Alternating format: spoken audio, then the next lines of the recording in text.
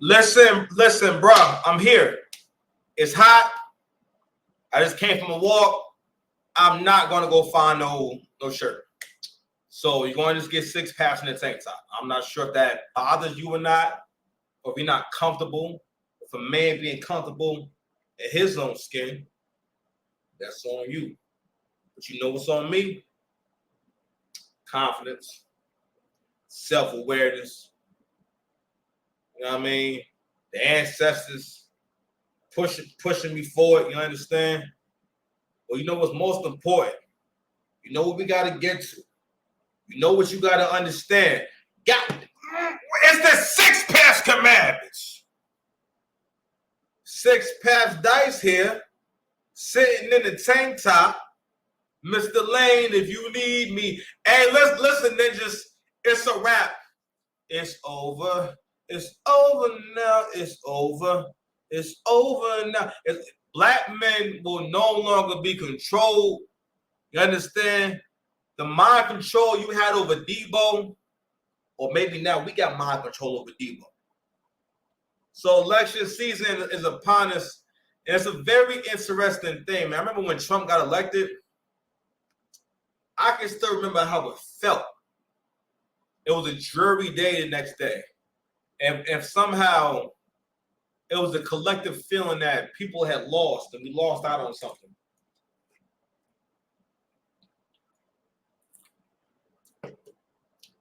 Couldn't believe that Hillary Clinton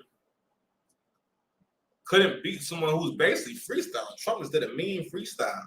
But what's interesting is how much the country has changed over the last 4 years, and it's very significant because, again, I'm telling y'all, Black people really unfeel me on this. We are coming up on the greatest renaissance for Black people ever. What could potentially be the greatest renaissance, because we can have a renaissance everywhere. Because again, the Renaissance, I can't say the exact definition, but I know it was an important era of productivity and prosperity for Black people. A lot of it had to do with art and culture and things that happen in certain events and stuff like that. So right now we're having a Renaissance, and what's happened is, specifically in the Black community, is that Black men are now approaching what real freedom is, meaning that we are now living life and thinking more of our own thoughts. Like there was a time a while back, this dude said to me, I forgot what I said. I said something about chivalry, and then he said, "Yeah, you know, that's something that we do as men, and this and that, and you know, men." And basically, he was making some kind of like simpish point about everything is bad because of men. You know what I mean? Don't get me wrong. I'm not saying that, you know, all men are perfect, but it's from that space of taking accountability for things that you don't have anything to do with. One thing that it's several things, it's certain kind of activities that's going to make you broke in. One of them is taking on things that you didn't have anything to do with. But even when I say that, you should still have discernment. If you had a hand in the situation, that's different.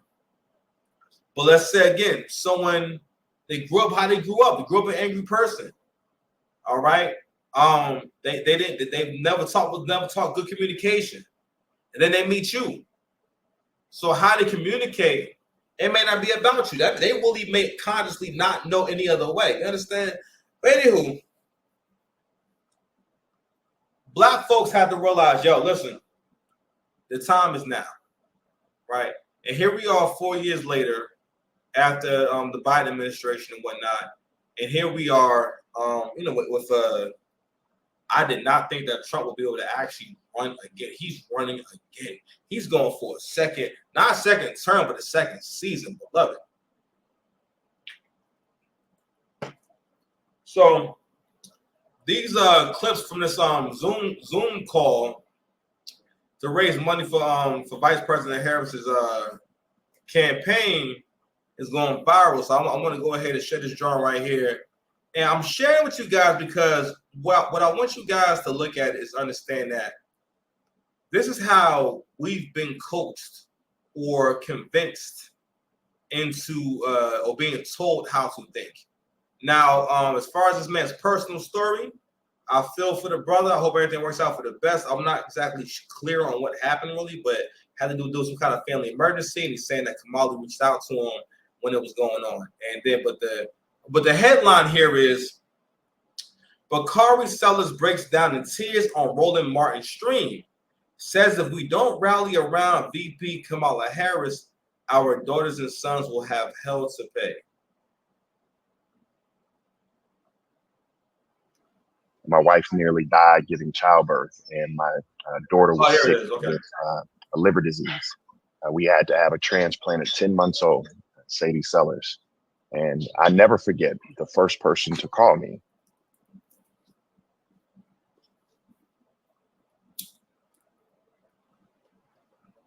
This nigga was starting to cry.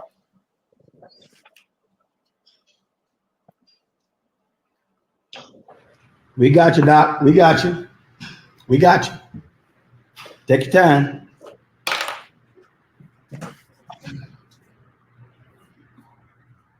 It's Kamala Harris.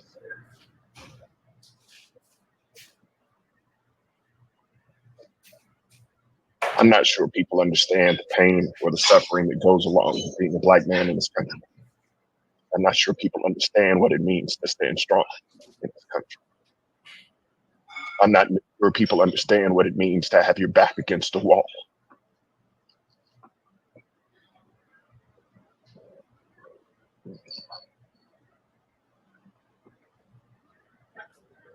But I'm gonna stand with her because she stood with me.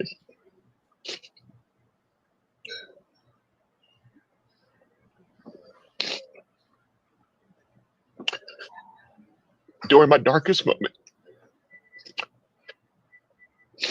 when I almost lost my daughter, when I had to protect my wife, when I had to fight for a black woman in the hospital. And so now it's my turn. And I really don't care what you all say about there's another black man crying or this or that or the third. Stop. Because every day I'm gonna work damn hard to make sure that tomorrow's better than yesterday. Hold on, beloved. Hold on. And so donate, stand up. Hold on, bro. I gotta hit this up real quick. Nigga, you ain't, hold on, let me make sure niggas can see me. Nigga, what you mean another black man crying? What do y'all see niggas crying at? That's what I'm talking about with black men, bro. Come on, I don't care about anyone says another black man crying. Where do you see black men crying at? Where do you hang out at? What is this group chat? What are y'all in the Google hangout when Ninja's crying? Goodness gracious, y'all are cooked. I'm gonna pause this, John, because my bro called me. But y'all are cooked. This Negro is in the goddamn Denny's crying, telling a fake story. How you want me to vote for Kamala Harris because she called you one time? The fuck? Damn, bro.